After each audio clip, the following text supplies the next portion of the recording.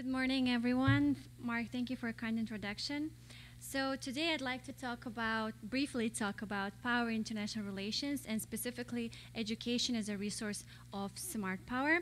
And my presentation is based on some of the materials that I did for my PhD research, still doing for my PhD research. So basically, the subject of power has been a key interest to academics throughout the ages and remains a central topic today. And at its most general, power means the ability to affect others to achieve the outcome one wants. In an attempt to study power, scholars have responded to the breadth of the topic by narrowing their views on power's methodological and normative schemas. However, importantly, power is far too complex in its sources, effects, and production to be reduced to one dimension. In one opinion, the progress in the understanding of power depends on changing the focus from seeking for consensus on the definitions to making refinements of distinctions between different types or forms of power. In fact, many aspects of power are still not well understood. For instance, the notion of power as hard and soft, terms introduced by Joseph Nye. So to offer clarification of certain types of power, my presentation will focus on Nye's forms of power and later on power resources and specifically education. So in international relations theory, power has been historically viewed in the realm of the realist school. The unifying theme of realist thinking is that nations exist in a system of anarchy with no guarantees for security, and hence in such circumstances it is rational for states to compete for power. This belongingness of power to the realist tradition, however, has generated a limit for the concept and led to the neglect of other forms of power. Realism's key weakness is in emphasizing that the dimension of power that can be seemingly operationalized is military. However, as the discipline of IR was evolving, the rigid interpretations of power were also changing. In particular, Nye argued that the changing nature of international framework has re-emphasized the use of intangible forms of power and made the factors of technology and education as significant as geography, population, and natural resources. So Nye split power into two forms. Oh my God, I'm so sorry. I realized this in time. Never mind. This is important because I'm going to be showing some of the diagrams that I have added. So we'll see later. So this is Nye's forms of power. And so briefly, hard or command power is linked to the oldest understanding of power, in which nation-states exist in a system of anarchy, and the results of not having a higher authority have to rely on power politics. Traditionally, power in IR has been defined in easily quantifiable hard terms, such as military and economic might. Meanwhile, soft power rests on the ability to shape the preferences of others and is associated with intangible assets such as attractive personality, culture, political values, institutions, and policies that is seen as legitimate. The relevance of soft power is increasing as the global geopolitics is currently in the process of fundamental transformation. So, among other factors, as a result of power diffusion among global state and non-state actors, technological advances, and empowered global networks, international politics are undergoing a fundamental shift. And Nye argues that in this multipolar world, the limits of hard power are more evident. Although the idea of soft power and its resources is not new, it is only now that soft power is growing in its theoretical development and practical recognition. Importantly, wider usage of the concept, similarly as to the concept of cultural diplomacy, does not symbolize a wider understanding. And despite the rising popularity, the concept of soft power is associated with several problematic aspects, both practical and conceptual. And among other issues, the topic of soft power resources represents a significant point of ambiguity, because power resources are numerous, yet their nature and categorization is not always straightforward. Meanwhile, as argued by Nye, in order for states to deploy soft power to achieve their goals, they first must understand the resources that they could deploy. Because up to now, it often relied on guesswork and intuition. So before moving on to soft power resource framework, we start briefly with hard power resources, which has been historically associated with population, territory, natural resources, military, and social stability. The unifying aspect of these is that they're material and visible in nature. In comparison, soft power resources are more complex. According to Nye, soft power of a country rests primarily on three resources: its culture, its political values, and its foreign policies. So this is in a diagram form. However, while Nye's original categorization of soft power resources and the subsequent influential categorizations such as those of McClory, who divided it into government, culture, diplomacy, education, and business, are innovative, they do not get into highlighting all the possible agents of soft power and the various instruments that they could employ. Thereby, to include a wider range of soft power resources, I offered an alternative categorization, and the key idea was that many non-traditional actors, such as NGOs, MNEs, civil society groups, and individuals, are becoming significant power players today. Robert Dahl called the objects in the relationship of power as actors. His term is inclusive and refers to individuals, groups, roles, governments, or other human aggregates, and I applied this definition to a soft power actor as well. Foreign policy in a global world includes more actors, platforms, and interests than ever before. So I think it is important to outline soft power resources and distinguish between the vehicles and the agents, so the implementers of soft power. So in the proposed diagram, one can visualize the following categorization: the agents, the pillars or spheres where soft power is activated, and the specific instruments. So the agents index addresses the numerous power actors that are able to create and mobilize soft power initiatives: states, supranational bodies, NGOs, private sector, civil society, hybrids, etc. The pillars index refers to multiple spheres where soft power could be created or activated, such as foreign politics, domestic politics, culture and history, education, science, business sector, creative industries, etc. And finally, the instruments index addresses the specific vehicles through which soft power is mobilized. So we have a list of them here. And this is just the expanded version of a similar diagram. So the proposed categorization of resources was ultimately motivated by a desire to offer an alternative to soft power resource categorizations and develop a clear understanding of the distinction between the various resources of soft power. Because often authors would differentiate between, say, education and business and economics, but then it's not clear of who is the actor implementing certain vehicles. Is this, where are we referring to the sphere? Are we referring to the actor who implements it, etc.? So in evaluating soft power resources, it is also important to consider a few practical issues which prevent their recognition and deployment on a wider level. And these include the challenges of soft power agencies in budget, estimation methods, mentalities, clout, and organizational effectiveness. Thereby, this needs to be redressed. So the next step in evaluating the resource ambiguity for me was taking on the resource of education for analysis.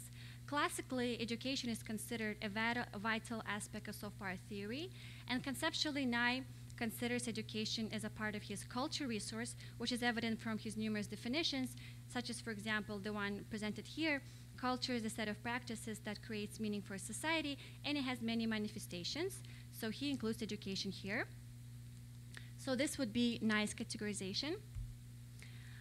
And the review of Nye's literature illustrates that his framework of education resource refers to the benefits of an effective educational system in attracting foreign students, conducting public diplomacy, and promoting ideas abroad. Following Nye, McClory defines education subindex as the factors of foreign exchange effectiveness and includes measures on the numbers of foreign students in the country, the relative quality of its universities, and the output of academic publishing. While acknowledging education's integral place in soft power theory, my research assessed whether it could also represent a hard power resource, and the eventual answer was yes. So the process of getting to this conclusion was the following. First of all, to argue that education has hard power traits would mean that it is connected to one of the hard power resources that we have seen in the figure 2. And in fact, economy became a possible candidate since economic strength is spurred by economic growth, and economic strength is obviously a hard power resource. Thereby, I hypothesized that education has hard power characteristics through its connection with economic growth. And in examining this, I relied on the economic literature on growth theories and human capital. And the analytical framework was thus. So if based on the existing literature, one were to find a plausible connection between education, either separately or through human capital elements, and economic growth, then that would signify that education is one of the potential resources of hard power as well. So So in fact, the importance of education and human capital as a source of progress and economic growth has long been recognized in the economic literature. From studies on income growth, it became evident that less tangible resources, such as knowledge, play a larger role than believed. And numerous scholars have found quantifiable correlation between education and economic growth, among them Barrow, Mankin, Romer and Whale, Barrow and Lee, Kruger, Lindahl, and many, many others. And Schuler summarized the key argument here, that human capital focuses on the economic behavior of individuals, especially on the way their accumulation of knowledge and skills enables them to increase the productivity of the societies that they live in. And the underlying implication is that investments in knowledge and skills brings economic returns individually and therefore collectively. So following a critical review of literature that I'm not going to go into deeply today, during my dissertation research, one may suggest that there is indeed a positive correlation between educational investments and economic strength of a nation state. And here I use the empirical studies which emphasize the GDP, etc., as factors in examining economic growth. And despite the certain discrepancies in empirical studies, which could be partially attributed to estimation issues and the choice of variables, there is empirical evidence of a positive relationship between investments in education and economic growth. Therefore, this could be presented in a diagram form. So we see the relationship, the path of education towards hard power. And this suggests that the hypothesized place of education in hard power resource framework is also confirmed. And illustrating education is not only as a soft power resource, but also a hard power resource is an important finding, widening the scope for education in IR theory, as this has not been previously outlined in research regarding education or power. However, to take one step further, I have suggested that education could be illustrated not only in soft and hard power categories, but also in a smart power framework. So first, it seems that education belongs to both hard and soft power. Education is a gray resource area as it has both hard and soft power characteristics. So the soft dimension is in its connection to soft power's cultural category, and hard dimension in its connection to economic strength. So if one to employ Venn diagrams, circle A then would represent hard power resources, while circle B would symbolize soft power resources. So the middle oval C, which represents their overlapping categories, i.e. education. So in other words, as the resource of education has both hard and soft power characteristics, it is located in the oval C.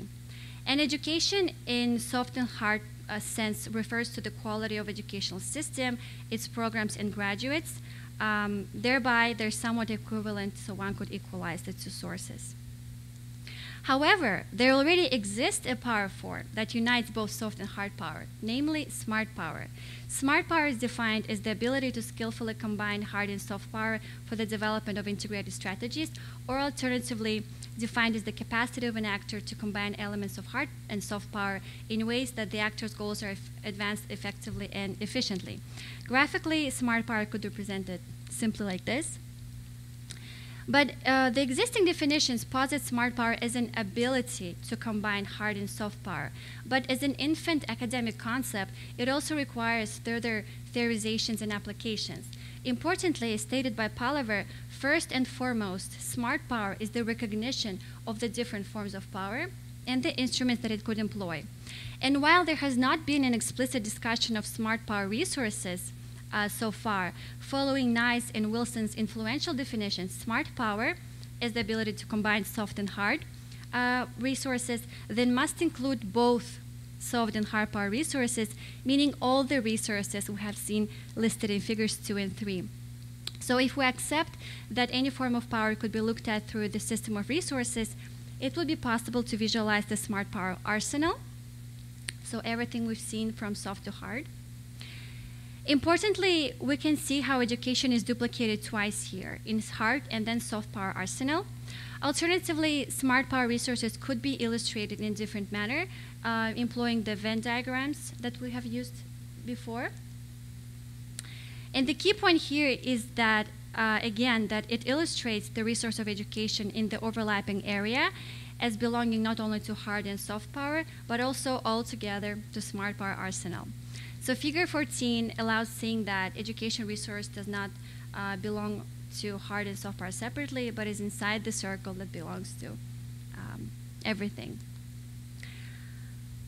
Illustrating an arsenal of smart power resources means that smart power resources exist, and in a series of theoretical steps following the unique position of education resource, I propose to look at it as a pure smart power resource. Pure in the sense means that it does not represent a mix of different resources, but in itself it already possesses hard and soft attributes.